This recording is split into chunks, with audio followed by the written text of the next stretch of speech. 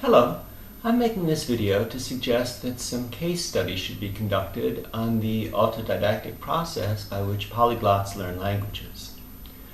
Applied linguists like Rebecca Oxford have written books of compilations of case studies that they've done of successful language learners in a more normal classroom type situation.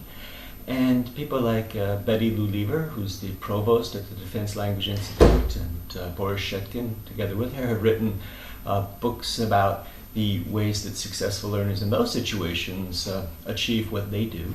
So I think it would be very valuable at this point if some case studies were done of how people, successful expert language learners who learn on their own, go about doing that.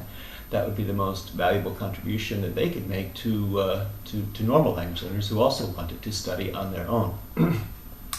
A number of us, myself included, have for a long time we've been doing the best we can to sort of reflect upon what we do and describe what we do and share that to the benefit of others. And I hope that that is very valuable, but there's always a limit to what self-reflection can do, and the way that I learn, the way that we learn, the way we think we learn might not be exactly the same as what it really is, especially when it's sort of after the fact, when we think back on what I've done and how did I do it. It might not be exactly the same. I myself have had the experience a number of times of stumbling across discussions of my methods that give a totally new light and perspective to them. So I think that was what would be valuable and a benefit in a case study.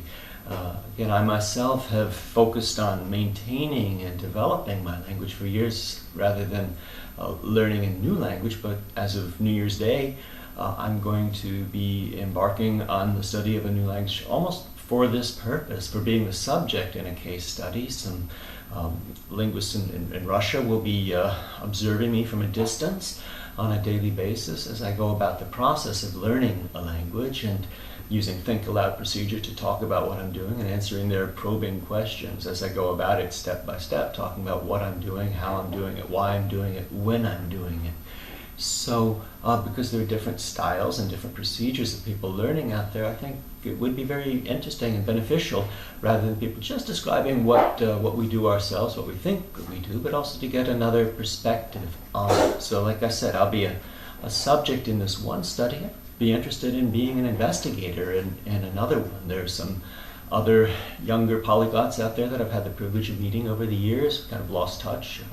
If anybody is planning on learning a new language as a New Year's resolution and you'd like to do something like this, there are some other polyglots out there that I've never had met in any way, shape, or form, but some people, for example, there's one young man out there, Deka Glossai. I don't know if I've ever caught his real name, but you espouse polyliteracy in very much the same terms I do. If you might be interested in being a subject in something like this, I'd be interested in being an investigator. So just in general, if you're a fairly accomplished polyglot and you would not mind being involved as a subject in something like this, or if you're a linguist and you'd like to conduct a case study, perhaps I can serve as a conduit to match people together to sort of get this kind of studies underway. So in either case, please give this some thought and get in touch with me if you should be interested. And again, I'm making this just before New Year's Day 2014. I hope all of you who are making New Year's resolutions to